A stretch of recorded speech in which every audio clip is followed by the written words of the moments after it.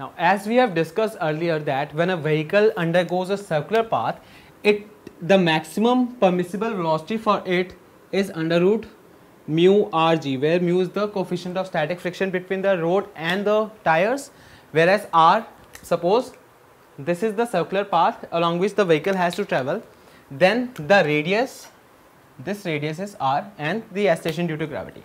Now, the velocity is highly dependent on the value of mu, which actually decreases by conditions. For example, when the weather is rainy, so in that case the road will be wet, in that case mu will decrease. Or suppose the tire of the vehicle is already worn out, in that case also mu will decrease. So depending on the force of friction is not the safest way to provide or for the dependence of providing necessary centripetal force, right?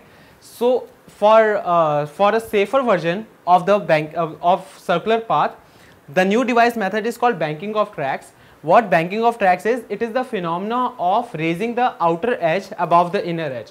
So instead of road like this time the outer edge will be raised above the inner edge. So that is how banking is done. You might have seen this thing very prominent in racing tracks. Like racing tracks are always made by banking of roads or banking of tracks. Now, if you draw a free body diagram in this, have a look.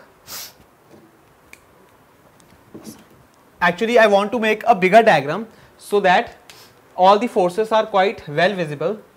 So let me make the diagram only for the road. Now this is our, okay, I'll make it here. This is our levitated part of road or the raised outer edge. This is the inner edge of the road and this is the outer edge of the road. So the circular track must be something like this, okay. Right now our vehicle is this, the tires, and consider the body. This is our vehicle, okay. What are the forces acting on it right now? First of all, weight mg, the normal reaction, excuse me, the normal reaction r is in this direction. If the road is raised, that is outer edge is raised by angle theta, so the components of r would be in this direction and this direction, right? Now also, where is the frictional force acting? Frictional force is acting because when the vehicle is taking such kind of circular path or circular turn, the skidding will take place in this part, like in this direction, if there is no force of friction. So the friction is providing the necessary centripetal force, actually not the friction, a part of friction is providing necessary centripetal force, and the frictional force is acting in this direction. So I am making the components of frictional force here only instead of making it here, so that will make the diagram more complicated. This is my frictional force. So these are two components of frictional force, right? This angle is theta, that means this angle would also be theta. So this is F cos of theta and this would be F sin of theta, right? Whereas the components of R forces, the reaction forces will be what? This is R. If this angle is theta, okay, how do we make from this? Because if we want to be sure that this angle is theta, right?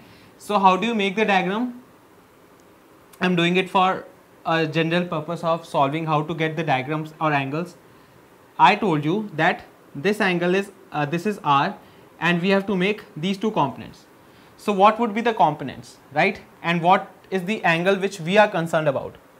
See, in case of friction, this angle was equal to this angle in case of friction, right? So that is why I did the force of friction was in this direction. So this was F cos of theta and this was F sin of theta. Now here, if this angle is theta, so that means this is 90 degree. So this angle will become 90 minus theta, right? Also this angle is 90 degree, that means this angle will be theta.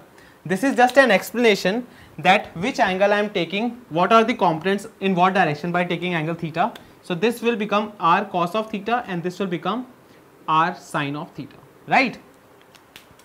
So that is how all the forces are acting on the body at this point. So this is the free body diagram. Actually the red part where I have represented the force of friction, just try to superimpose this the red diagram over the black one. So you will get all the forces acting in vertical and horizontal directions.